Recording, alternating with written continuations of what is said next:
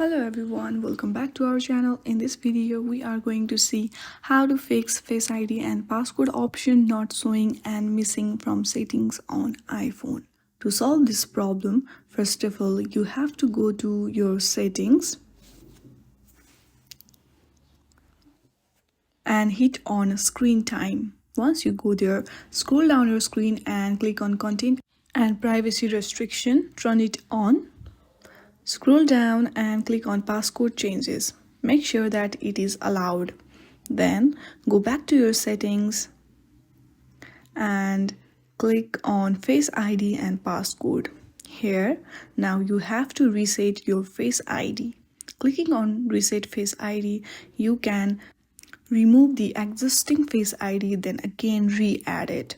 This will solve this problem. If you like this video, then do not forget to subscribe this channel. Thank you for watching.